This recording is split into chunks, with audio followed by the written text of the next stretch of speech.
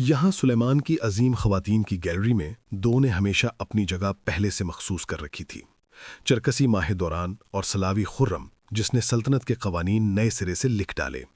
ان کی تصویریں تاریخ کی نمایاں ترین دیواروں پر آویزہ ہیں، اور صرف تیسری تصویر، ایک عورت کی جس کا کوئی نام نہ تھا، کوئی خطاب نہ تھا، اور جسے طویل عرصہ سمجھا جاتا رہا، کوئی قسمت نہ تھی، یہ ساری مدت کسی تاریک کونے میں منہ دیوار پڑی خاک اڑا رہی تھی۔ اس کا نام تھا گلفام، یعنی گلنوش لب۔ وہ سلیمان کی زندگی میں اس کے قانون گزار بننے سے بہت پہلے داخل ہو چکی تھی۔ وہ شہزادہ جسے ابھی تاج نہ پہنایا گیا تھا، اور وہ حرم کی خاتون جو ابھی تک یقین رکھتی تھی کہ بیٹا جننا ہی ضمانت ہے۔ اور 1513 میں ایسا لگتا تھا کہ سب کچھ ٹھیک ہے۔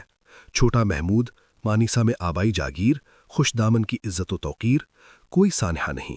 اس وقت کی ایک عام سی کہانی، مگر چیچک القاب نہیں دیکھتی۔ اور جب وہ لڑکا 1521 کی وبا میں چند دنوں میں بجھ گیا، اسی سال جب چھوٹا مراد بھی فوت ہوا، گلفام نے صرف بیٹا نہیں کھویا، اس نے اپنا مقصد کھو دیا۔ حرم میں مقصد ہی سب کچھ ہوتا ہے، مقصد ختم، عورت ختم۔ مگر گلفام ختم نہیں ہوئی۔ یہ پہلا اور سب سے بڑا تضاد ہے جسے ڈرامے خوبصورت منظر کشی کی خاطر عام طور پر نگل جاتے ہیں۔ گلفام رہی، خرم کی منظور شدہ کے طور پر نہیں۔ بظاہر سلیمان سے قریبی تعلقات 1520 کی دہائی میں ہی ختم ہو گئے تھے، مگر وہ پھر بھی پاس رہی، بغیر کسی ہسٹری کے، بغیر کھوئی ہوئی پوزیشن واپس پانے کی کوشش کے، بغیر اس عورت سے خونی دشمنی کے جس نے اس کی جگہ لے لی تھی۔ بلکہ یوں کہیے کہ خرم سے اس کے بہت نرمی سے کہیں تو مناسب تعلقات قائم ہو گئے تھے۔ رسلان کے سلیمان کو لکھے گئے خطوط میں گلفام خاتون کا نام باقاعدگی سے آتا ہے۔ گلفام خاتون جھک کر سلام کرتی ہیں، گلفام خاتون دعا بھیجتی ہیں۔ ماہ دوران کے بارے میں ایک لفظ نہیں، ویسے ایک سادہ سا حقیقت بیان جو حرم کی قوتوں کی تقسیم کے بارے میں بہت کچھ کہہ دیتا ہے۔ اور 1526 میں نوجوان خرم کو مالی مسائل کا سامنا ہوا۔ سلیمان لشکر کشی پر جاتے ہوئے معاملے کو سنبھالنے کی ذمہ داری گلفام کو سونپی۔ اس نے حساب کتاب چیک کیا، سب کا جائزہ لیا، رپورٹ پیش کی۔ ٹھنڈا دماغ، مالی معاملات میں گہری نظر، جذباتیت سے یکسر پاک، اور اس سب کے ساتھ اتنا شعور کہ خرم کی خودداری کو ٹھیس نہ پہنچے۔ یہاں تاریخ کی دوسری تہ چھپی ہے۔ گلفام محض حریفوں کو پیچھے چھوڑ کر نہیں بیٹھی رہی، اس نے وہاں اپنا کریئر تعمیر کیا جہاں دوسری عورتیں صرف بچے جننا یا سازشیں کرنا جانتی تھیں۔ وہ حرم کی منتظم بنی، خزانچی بنی، روزانہ 150 اقچے تنخواہ، جو آج کے بہت سے اعلیٰ سرکاری افسروں سے بھی زیادہ ہے، اور یہ رقم اس نے ریشم اور زیور پر نہیں اڑائی۔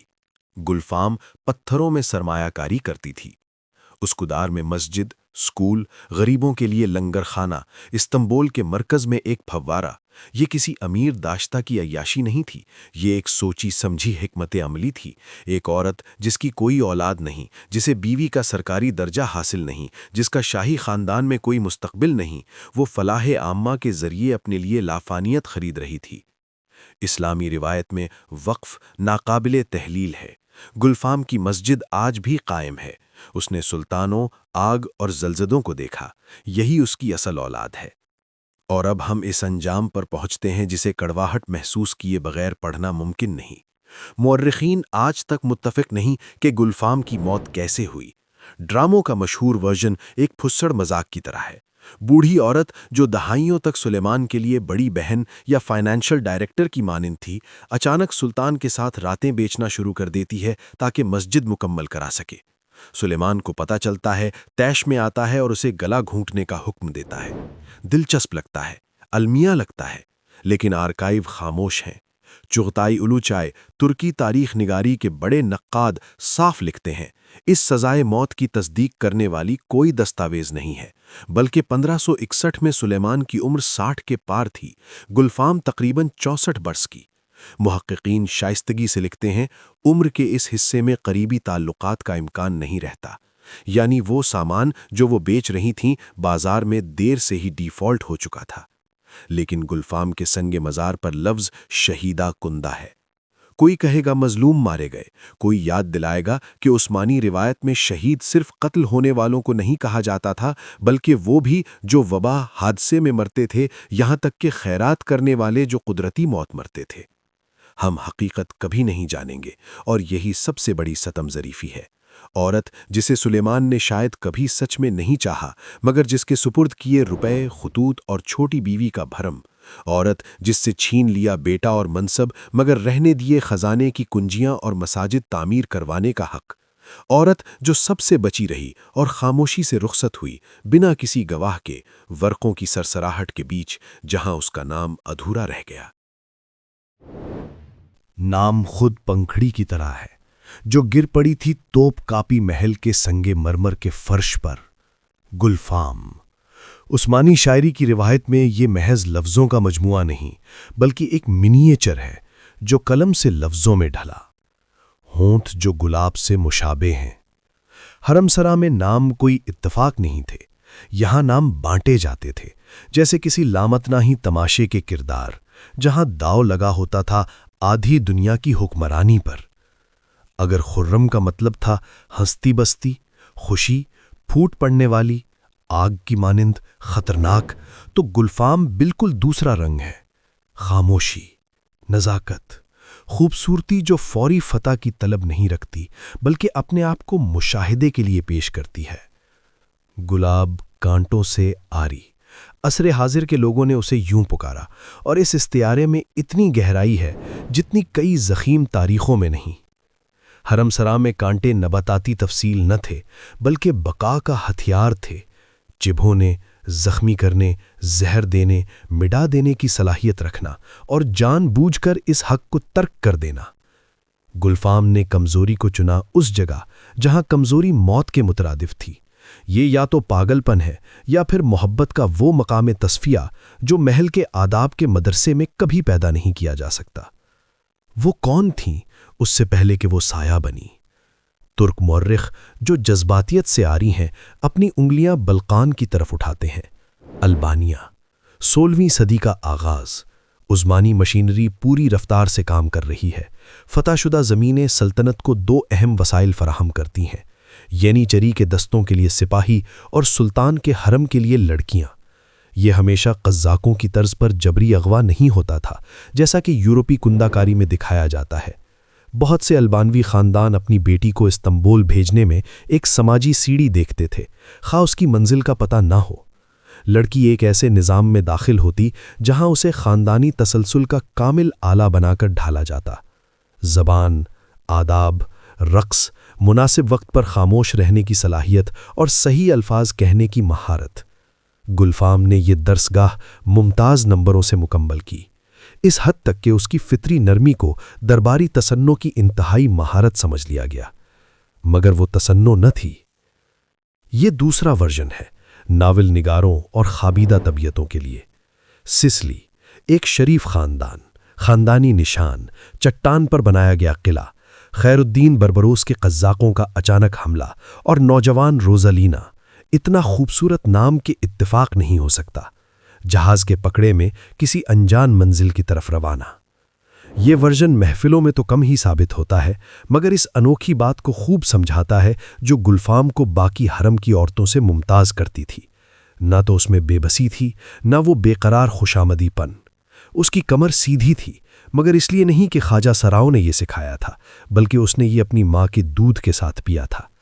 علم و فضل، اعلیٰ نسب کی نشانی، گفتگو کا سلیقہ محض رسمی تعریفوں سے بالاتر، یہ سب کچھ اس پس منظر کی طرف اشارہ کرتا ہے جو کسی کسان کی بیٹی کا نہیں ہو سکتا۔ مگر مورخوں کے لیے آسان راستہ یہی ہے کہ باپ کے کالم میں بے نام عبداللہ لکھ دیا جائے۔ یوں مٹ جاتا ہے ماضی اور حرم کی باندھی بن جاتی ہے کورے کاغذ کی مانند، جس پر سلطان کی مرضی جو چاہے لکھ سکتی ہے۔ گلفام کا مقام اور بھی دھندلا ہے، اس کا کاغذ سونے سے نہیں، فراموشی کی پھیکی سیاہی سے لکھا گیا۔ ہمیں حتیٰ کہ یہ بھی درست معلوم نہیں کہ جب اس نے پہلی بار سلیمان کو دیکھا تھا تو اس کی عمر کیا تھی۔ اور یہ ملاقات استنبول کی شان و شوکت میں نہیں بلکہ صوبائی ماگنیسا میں ہوئی تھی۔ عثمانی شہزادوں کے لیے ماگنیسا گویا ایک تجربہ گاہ تھی۔ یہاں شہزادوں کو بھیجا جاتا تاکہ وہ تخت سے محفوظ فاصلے پر حکمرانی کی مشق کر سکیں۔ یہاں وہ شخص جو بعد میں قانونی کا لقب پائے گا ابھی یورپ و ایشیا کا دہشت نہیں تھا۔ وہ ایک نوجوان تھا، جواہر تراش کی نازک انگلیوں والا، محبی کے قلمی نام سے شعر کہنے والا۔ وہ حسن ڈھونڈتا تھا قافیوں میں، نگینوں میں، ابھی اس نے مقتول دشمنوں کے خون میں حسن تلاش کرنا نہیں سیکھا تھا۔ گلفام اس کی زندگی میں اس وقت آئی جب وہ ابھی مصلحت سلطنت کی خاطر عزیزوں کو قربان کرنا نہیں سیکھا تھا، جب محبت کے لیے فوری سیاسی جواز ضروری نہیں سمجھا جاتا تھا۔ وہ اس کی پہلی گہری وابستگی بنی، محض رات گزارنے کی باندی نہیں، بلکہ وہ عورت جس سے وہ شعر و سخن پر باتیں کرتا تھا، اپنے شکوک بیان کرتا تھا اور اس خوف کا اظہار کرتا تھا کہ کہیں وہ اپنے باپ ظالم سلیم یاووس کی توقعات پر پورا نہ اتر سکے۔ دنیا کے مستقبل کے بادشاہ کے لیے ایسی کمزوری خطرناک ہے مگر بے حد انسانی۔ گلفام اس کی نشو نما کی گواہ تھی۔ یہ آگاہی گویا ایک نہ چکایا گیا قرض ہے، ایک باریک ڈور جو سلطان کو اس لڑکے سے باندھے ہوئے ہے جو وہ کبھی تھا۔ بعد میں جب مہدی وران اپنی چرکسی جوش و خروش سے آئے گی اور خرم اپنی لال بالوں والی دلکشی سے، یہ ڈور نہیں ٹوٹے گی، ہاں انتہائی پتلی ہو جائے گی مگر بندھی رہے گی۔ ماگنیسا میں سن 1513 سے 1519 کے درمیان گلفام نے ایک بیٹے کو جنم دیا، یہ شہزادہ مراد، تخت کا حقدار لڑکا۔ اس گھڑی سلطنت عثمانیہ کی کہکشاں بدل گئی۔ گلفام محض ایک خاص خاتون نہ رہی بلکہ وہ ماں بن گئی ممکنہ بادشاہ کی۔ کسی بھی دوسری عورت کے لیے یہ عروج زندگی ہوتا، وہ منزل جس کا نام ہے والدہ سلطان، سلطان کی ماں، سلطنت کی سب سے طاقتور خاتون۔ محل اس کے لیے اپنے تمام دروازے وا کر دیتا، خزانہ اپنے سب خزانے، مگر گلفام پھول ہی رہی، کانٹوں سے آری۔ وہ قدرت کے لیے نہ بنی تھی، یا شاید اس نے چاہا ہی نہیں۔ جب ہوا بدلی، جب نئی اور تیزپا عورتیں تخت کے نزدیک بیٹھ گئیں تو وہ سائے میں کھسک گئی، نہ دروازے بجا کر، نہ حریفوں پر لعنت بھیج کر، نہ دشمنوں کی آنکھیں نوچنے کی کوشش میں۔ عثمانی اکتوبر سن 1521 نے استنبول پر بارش نہیں برسائی، اس نے لاشوں کی بدبو پھیلا دی۔ کالا چیچک نہ رشوت لیتا تھا، نہ ینی چری سے ڈرتا، نہ محل کی دیواروں کی پرواہ کرتا۔ وہ توپ کاپی میں اسی خاموشی سے داخل ہوا جیسے بعد میں حرم کی راہداریوں میں افواہیں پھیلی تھیں، مگر اس وقت 20ویں دہکے کے آغاز میں خرم سے دور محل کی سب بڑی خاتون وہ تھیں جس کا بیٹا زندہ بچتا۔ گلفام بخار میں تڑپتے مراد کو دیکھتی رہی، خود کو یقین دلاتی کہ وہ نہیں مرے گا، وہ ہرگز نہیں مرے گا۔ یہ یقین ہی اس کا سہارا تھا۔ سلیمان بھی یقین کیے ہوئے تھے۔ سلطان جو ابھی تخت کا عادی ہوا تھا، جو ابھی وہ ظاہر سازندہ نہیں بنا تھا جس کے نام سے تاریخ رقم ہوگی، اپنے بیٹوں کے کمروں کے درمیان بے قرار پھر رہا تھا۔ اس کے 2 بیٹے تھے، چیچک دونوں کو لے گئی۔ محمود 9 سال کا تھا، مراد اس سے بھی چھوٹا۔ مورخین لکھنا پسند کرتے ہیں کہ شہزادے اکثر مر جایا کرتے تھے اور اس کے لیے تیار رہنا چاہیے۔ کوئی تیار نہیں ہوتا، خصوصاً وہ ماں جس کی کل کی واحد ٹکٹ بچے کے پالنے میں پڑی ہے، اب ساکت دل لیے۔ حرم میں غم کا بھی ایک درجہ بندی تھی۔ ماہ دوران جس کا مصطفیٰ کسی معجزے سے بچ نکلا، اسے سب سے اونچی آواز میں رونے کا حق ملا۔ اس کا بیٹا وارث تخت رہا، اس کا مرتبہ آسمان کو جا لگا۔ محمود کی ماں، تاریخ نے اس کا نام تک محفوظ نہیں رکھا، کو ایک طرفہ ٹکٹ ملی، منزل تھی اس کی سارائے، آنکھوں کا محل۔ یہ گلفام کو بھی وہیں جانا تھا۔ خالی برتن کو سلطان کے پاس جگہ لینے کا کوئی حق نہیں تھا۔ گلفام کے صندوقوں میں وہ کڑھائی والے قبا پہلے سے رکھے تھے جو کوئی کبھی نہیں پہنے گا۔ پرانے محل تک جانے والی گاڑی منطقی طور پر کل ہی دروازے پر منتظر ہونی چاہیے تھی، مگر گاڑی نہ آئی۔ سلیمان نے قاعدہ توڑ دیا، اس نے گلفام کو نہیں بھیجا۔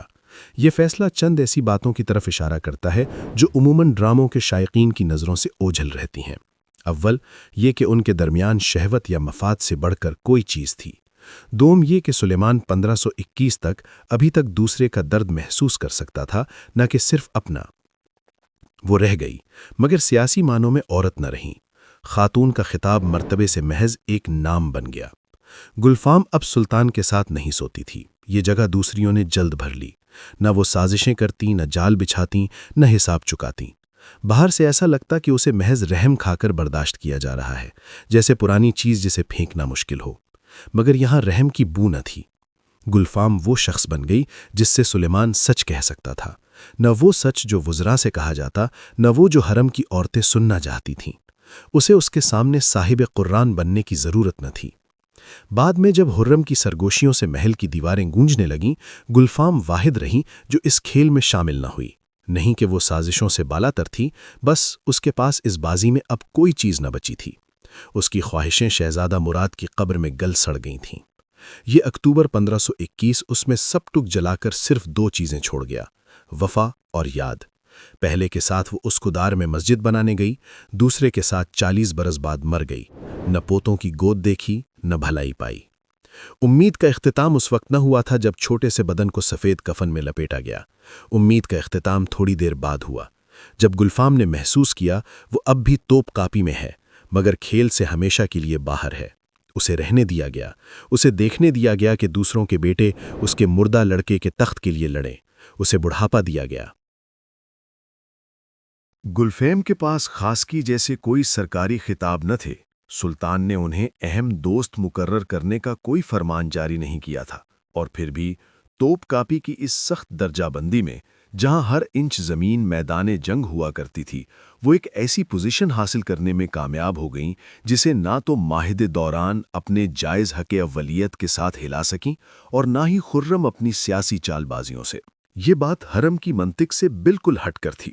عام طور پر طریقہ کار بہت سادہ ہوتا تھا، یا تو باندی سلطان کے بیٹے کو جنم دیتی اور عروج پاتی، یا پھر بیٹا نہ ہوتا تو اسے سلطان کی وفات کے بعد پرانے محل میں یادوں اور معمولی پینشن کے ساتھ زندگی گزارنے کے لیے بھیج دیا جاتا۔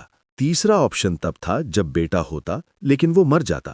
شہزادہ کھونے والی عورت اپنا سب کچھ کھو دیتی تھی: وقار، تحفظ، زندگی کا مقصد۔ اکثر ایسی کہانیاں یا تو جلاوطنی میں خاموشی سے دم توڑنے یا ذہنی تنزلی پر منتجم ہوتی تھیں، لیکن گلفیم نے خود کو نہیں توڑا بلکہ نظام کو توڑ دیا۔ ذرا تصور کیجئے، سلیمان 30 برس کی عمر میں ایک ایسی سلطنت چلا رہے ہیں جو 3 براعظموں پر پھیلی ہوئی ہے۔ ان کا ہر فیصلہ لاکھوں انسانوں کی زندگیاں بدل دیتا ہے۔ ان کی ہر صبح اس روپ میں ڈھلنے سے شروع ہوتی ہے، محض ایک حکمران ہی نہیں بلکہ ایک مقدس ہستی جس کا نام سکوں پر کندہ ہوتا ہے اور جمعے کے خطبوں میں پڑھا جاتا ہے، اور ہر شام وہ یہ لباس اتارتے ہیں۔ مگر کس کے پاس جا کر وہ محض ایک انسان بن سکتے ہیں؟ خرم انہیں یہ عیش کبھی نہ دے سکیں۔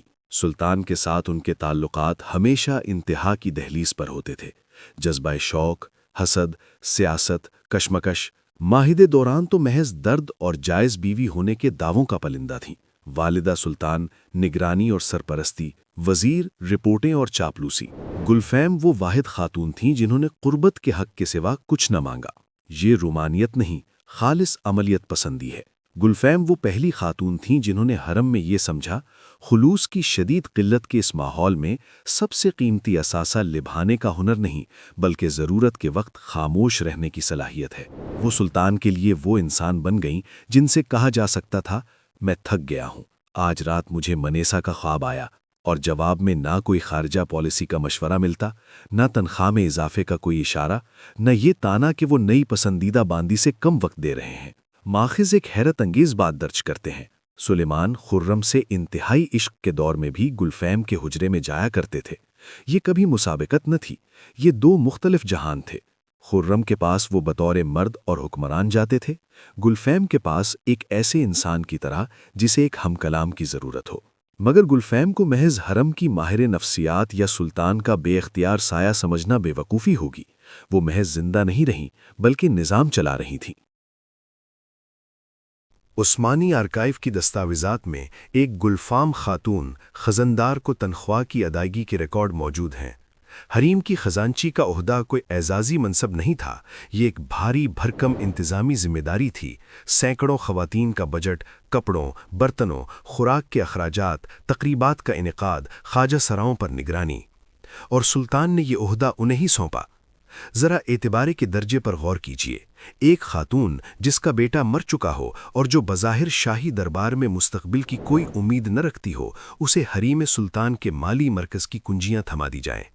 اس کا مطلب یہ ہے کہ سلیمان نہ صرف اس کی موجودگی کو برداشت کر رہے تھے بلکہ انہوں نے اسے اصل اختیار سونپ دیا تھا، اور گلفام نے اس اختیار کو بغیر کسی سکینڈل کے، بغیر کسی ناجائز فائدے کے اور بغیر خزانے کو حریفوں کے خلاف ہتھیار بنانے کی کوشش کیے استعمال کیا۔ وہ منصف مزاج تھیں۔ ہمعصر اگر حریم کی بند دنیا میں ہمعصروں کا تصور بھی کیا جا سکے، ان کے یکساں مزاج اور کسی سے خصوصی قربت نہ رکھنے کو سراہتے تھے۔ نوجوان حرم نشیں ان سے سلطان کو لبھانے کی ترکیبیں نہیں پوچھتی تھیں، یہ کام اور عورتیں کیا کرتی تھیں۔ وہ ان سے تہذیب، صبر اور ہر حال میں وقار برقرار رکھنے کا فن سیکھتی تھیں۔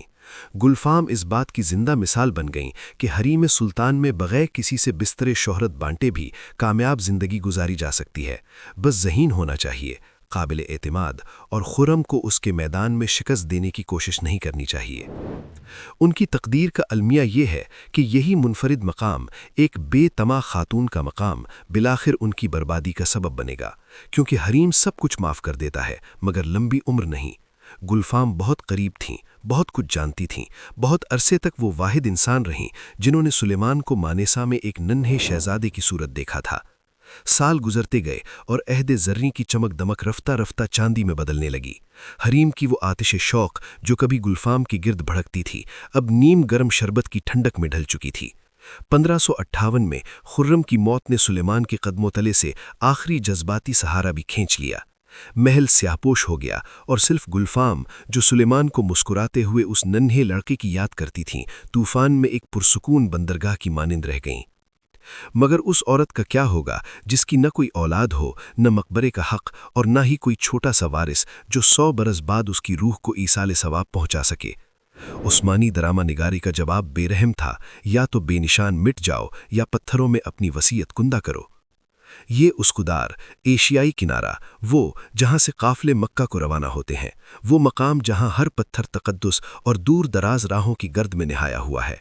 گلفام نے فیصلہ کیا، یہاں مسجد تعمیر ہوگی، محض عبادت گاہ نہیں بلکہ ایک مکمل کمپلیکس، کلیہ، ان لڑکوں کے لیے مدرسہ جن کی قسمت میں محل کی چہار دیواری نہیں لکھی گئی، ایک باورچی خانہ جہاں مسور کی دال کی خوشبو بوڑھوں کو گرما دے گی، حمام ویسا ہی جیسا خرم نے اسکدار میں اپنی مسجد بنا رکھی تھی۔ گلفام کو اس مرحومہ سے کوئی حسد نہیں تھا، مگر دل کی گہرائی میں وہ یہ ثابت کرنا چاہتی تھیں وہ بھی کسی قابل ہیں، یا کم از کم کبھی تھیں۔ سلیمان نے تمام مراسیم کے برعکس منظوری دے دی۔ قانون کی نگاہ میں گلفام کو مینار کا کوئی حق نہیں پہنچتا تھا، نہ وہ والدہ سلطان تھی، نہ کسی شہزادے کی ماں، نہ موجودہ خاص کی۔ وہ محض ایک عورت تھی جس نے نصف صدی ان کے پہلو میں گزاری تھی، مگر یہی محض کام آیا۔ اس نے سر ہلا دیا۔ سلطنت حیران ہوئی مگر خاموش رہی۔ تعمیر کا آغاز ہوا۔ گلفام، جو 60 برس کی دہائی عبور کر چکی تھی، یکایک پھر سے جی اٹھی۔ مصیبت ہمیشہ کی طرح چیک بک کے ساتھ آئی۔ روزانہ 150 اکچے، ایک حرم کی لونڈی کے لیے شاہانہ رقم، مگر پورے ایک محلے کی تعمیر کے لیے آنسو۔ رقم استنبول کی چھتوں پر جمی برف سے زیادہ تیزی سے پگھل رہی تھی۔ گلفام نے بالیاں اتار دیں، پھر کنگن، پھر زرین قبائیں جو سال میں ایک بار پہنتی تھیں، مگر تعمیرات ایک ایسا دیو ہے جس کا پیٹ کبھی نہیں بھرتا۔ پتھر فراہم کرنے والے بے چین ہونے لگے، مزدور ادھورے محراب کو دیکھ کر بدگمان، اور خزاں کی ہوا بلا اجازت خالی دریچوں میں گھومتی پھرتی۔ سب سے آسان رستہ تھا سلیمان کے پاس جانا، ناک سڑکانا، گزشتہ دنوں کی یاد دہانی کرانا۔ سلطان مساجد کے لیے رقم دینے سے انکار نہ کرتا، خزانہ اشرفیوں سے لدا ہوا تھا، معمار سے نان بس ہاتھ مل رہے تھے۔ ایک درخواست اور مسئلہ حل، مگر گلفام اڑ گئی۔ اگر تم شوہر کے پیسوں سے مسجد بنواتی ہو تو شکر شوہر کا ہوتا ہے، اگر سرکاری خزانے سے تو شکر خزانے کا۔ گلفام چاہتی تھی کہ یہ معماری کا کارنامہ اس کے ذاتی کھاتے میں درج ہو۔ سلطان سے درخواست کرنا اپنی بے بسی پر دستخط کرنے کے برابر تھا۔ تو پھر برسوں کی یہ خاص دوستی، موم بتیوں کی روشنی میں بغیر بستری فرائض کے یہ گفتگو، سب خاک؟ نہیں، وہ اپنی جان بیچ دے گی مگر خودداری نہیں۔ جان بیچنے کی نوبت نہ آئی، بیچنی پڑی رات۔ حرم میں ہمیشہ ان لڑکیوں کی بھرمار رہتی تھی جن کی جیبیں تو بھری ہوتی تھیں مگر بستر خالی۔ ان میں سے ایک، اس کا نام فراموشی کے سپرد ہو چکا، صرف اس کا فعل باقی، گلفام کے پاس ایسی تجویز لے کر آئی کہ کسی اور لونڈی کی تو حیرت سے جبہہ کھل جاتی۔ رقم بہت ساری، اتنی جتنی تعمیر کے لیے درکار تھی، اور بدلے میں صرف ایک بار قطار میں حق۔ سلطان کے ساتھ ایک رات جو گلفام بہرحال موسم اور سیاست کی گفتگو میں گزار دیتی تھی۔ منطق فولادی تھی۔ سلیمان نے برسوں سے گلفام کو جسمانی لذت کے لیے نہیں بلایا تھا۔ ان کی ملاقاتیں کب کی رسم بن چکی تھیں، چائے، یادیں، کھڑکی کے پاس خاموشی سے بیٹھنا۔ وہ اپنے حرم میں کھڑکی کے پاس بیٹھی ہوگی، دوسری سلطان کے حرم میں، فرق صرف پس منظر کا تھا۔ گلفام نے رقم لی۔ اسے معلوم نہ تھا کہ وہ نظام الاوقات نہیں، اعتماد بیچ رہی تھی۔ وہ سچے دل سے سمجھتی تھی کہ یہ ایک سودا ہے جس کی ایک پلڑے میں فنا اور دوسرے میں دوام ہے۔ عثمانی حرمسرا کی تاریخ میں ایسے بے شمار بے باک سودے ہوئے۔ عورتیں اثر و رسوخ بیچتیں، خواجہ سراؤں کو رشوت دیتیں، وینس کے سفیروں کو معلومات فروخت کرتیں۔ مگر گلفام خاتون نے جو کیا وہ اس سلسلے سے ریڑھ کی ہڈی ٹوٹنے کی آواز کے ساتھ ٹوٹ کر نکلتا ہے۔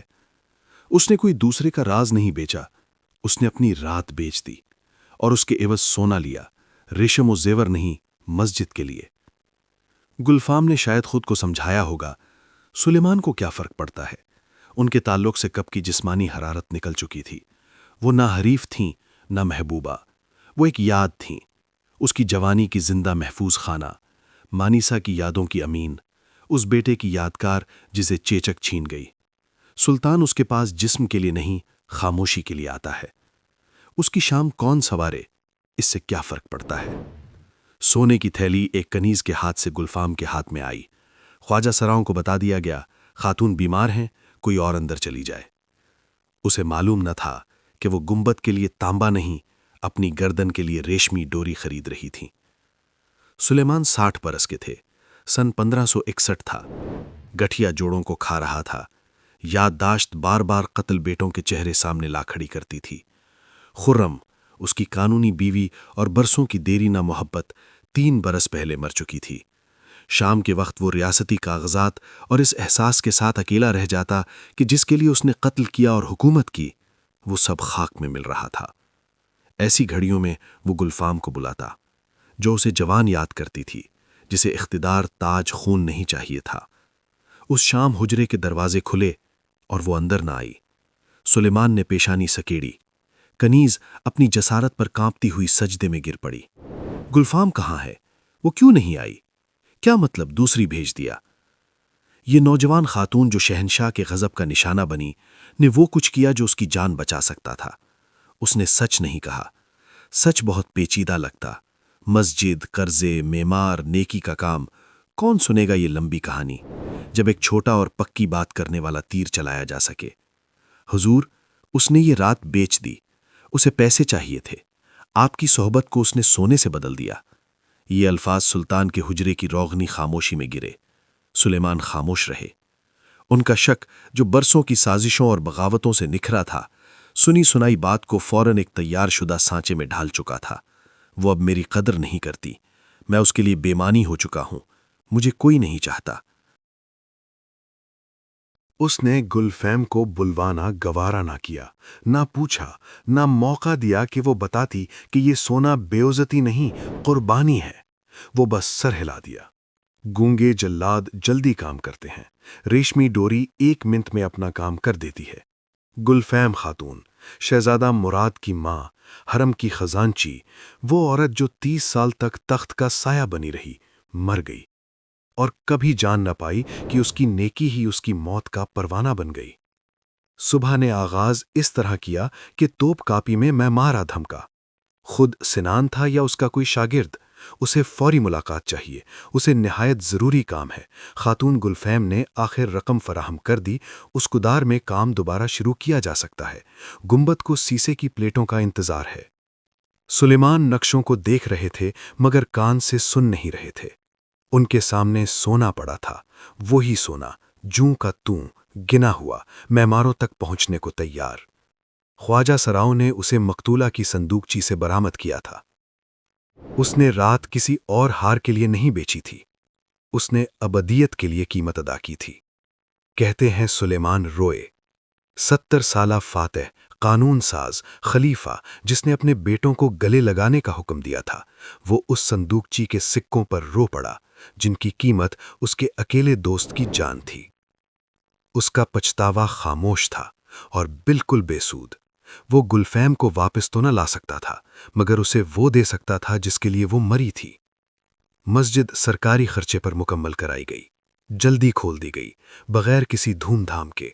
اور پھر سلیمان نے حکم دیا کہ مقتولہ عورت کو اس کی اپنی مسجد کے احاطے میں دفن کیا جائے اور اس کے پتھر پر وہ لفظ کندہ کیا جائے جو سلطنت میں عام طور پر شہید سپاہیوں کو دیا جاتا تھا، شہیدہ۔ یہ ایک خاتون جسے سلطان کے حکم پر گلا گھونٹ کر مارا گیا، سرکاری طور پر بے گناہ اور مظلومہ قرار دیا گیا۔ عثمانی عدالتی تاریخ کا یہ ایک منفرد معاملہ ہے، ایک خاموش معافی نامہ جو خود کو بہت دیر میں جاری کیا گیا۔ گلفیم خاتون کی مسجد آج بھی اسکدار میں موجود ہے۔ یہ نہ اپنی وسعت سے دنگ کرتی ہے، نہ شان و شوکت سے دباؤ ڈالتی ہے۔ اس میں سلیمانی عظمت کا کوئی شائبہ نہیں۔ ایک معمولی سی عمارت زمین سے چمٹی ہوئی، گویا آج بھی اس قیمت سے شرمندہ ہو جو اس کی خریداری میں ادا کی گئی۔ سیاح ادھر سے گزر جاتے ہیں۔ رہنما بے نیازی سے کہتا ہے، 16ویں صدی کی مسجد، بانی سلیمان کی داشتہ، اور ایک لفظ بھی نہیں کہ اس عورت نے یہاں عبادت کرنے کی اجازت اپنی جان دے کر خریدی تھی، کہ سر پر یہ گنبد غداری اور معافی کی بنیادوں پر کھڑا ہے۔ مورخین آج تک بحث کرتے ہیں، کیا واقعی پھانسی ہوئی تھی؟ عثمانی شجرہ نسب کا بڑا شک کی کندھے اچکاتا ہے۔ کوئی دستاویز نہیں، صرف تاریخچے، صرف روایات، صرف پتھر پر کندہ لفظ شہید۔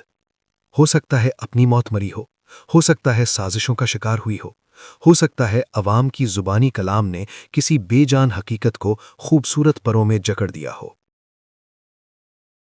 مسجد خاموش ہے، پتھر نہیں بولتا، بس سیسا پوش گنبد ویسے ہی بے نیازی سے استنبول کی دھوپ منعکس کرتا ہے، جس کے نیچے 500 برس سے وہی محبت اور وہی خیانت کے قصے نئے کرداروں کے ساتھ دہرائے جا رہے ہیں۔ سچ تو یہ ہے، سیریل کے اسکرپٹ رائٹرز نے گلفام خاتون کے ساتھ وہی سلوک کیا جو سلیمان نے ابراہیم پاشا کی لاش کے ساتھ کیا تھا۔ یہ ظاہر کیا کہ کوئی اہم واقعہ پیش نہیں آیا۔ پردے پر ہم ایک اداس عورت دیکھتے ہیں، بھورے نیلے لباسوں میں، جو توپ کاپی کے اندرونی حصوں میں گم ہو جاتی ہے اور جذباتی بوجھ اتارنے کی کرسی کا کام دیتی ہے۔ سیلن اوستروک نے شاندار اداکاری کی، مگر اس نے ایک فرضی کردار ادا کیا تھا۔ یہ گلفام ہے جو ٹی وی سیریل میں سدا کی مہمان نواز رہنے والی خادمہ ہے۔ تاریخی حقائق اس کردار کو منہ پر زوردار تماچا مارتے ہیں۔ گلفام محض سلیمان کی منظور نظر نہ تھیں، وہ ان کے حرم میں اس وقت داخل ہوئیں جب وہ شہزادہ ہی تھے، تقریباً 1511 میں، اور ان کے بیٹے کی ماں بنی۔ مختلف روایات کے مطابق وہ محمود تھا یا مراد، مگر نتیجہ ایک ہے۔ سیریل میں سلیمان اسے محض ترس کھا کر رکھے ہوئے ہیں، حقیقت میں وہ احترام کی بنا پر تھا۔ فرق یومیہ 1500 اقچہ تنخواہ کا ہے۔ اسکرپٹ رائٹرز نے گلفام کو خدیجہ کی سہیلی بنا دیا، خوبصورت، ڈرامائی، مگر تاریخی اعتبار سے بالکل بے بنیاد۔ حقیقت میں سلطان کی بہن کے ساتھ گلفام کی قریبی دوستی کا کوئی ثبوت نہیں۔ اس کے برعکس کم از کم 4 خطوط ہیں جو خرم سلطان نے اپنے خاوند کو لکھے، جن میں وہ گلفام کی دعائیں اور سلام بھیجتی ہیں، جبکہ ماہ دوران کا نام خرم کے خطوط میں کہیں نہیں۔ اندازہ لگائیں کہ سابق لونڈی کسے اپنی حریف سمجھتی تھی اور کسے اپنے مرتبے کی۔ سب سے بھاری اسکرپٹ ایجاد انجام۔ گلفام بایزید کی پھانسی کا بدلہ لینے سلطان پر چھری لیے چڑھتی ہے اور محافظوں کے ہاتھوں ماری جاتی ہے۔ تماشائی، جذباتی اور تاریخ سے بالکل کورا۔ سیریل کی گلفام ایک خاموش عورت کی خوبصورت کہانی ہے جسے حالات نے گھیر لیا۔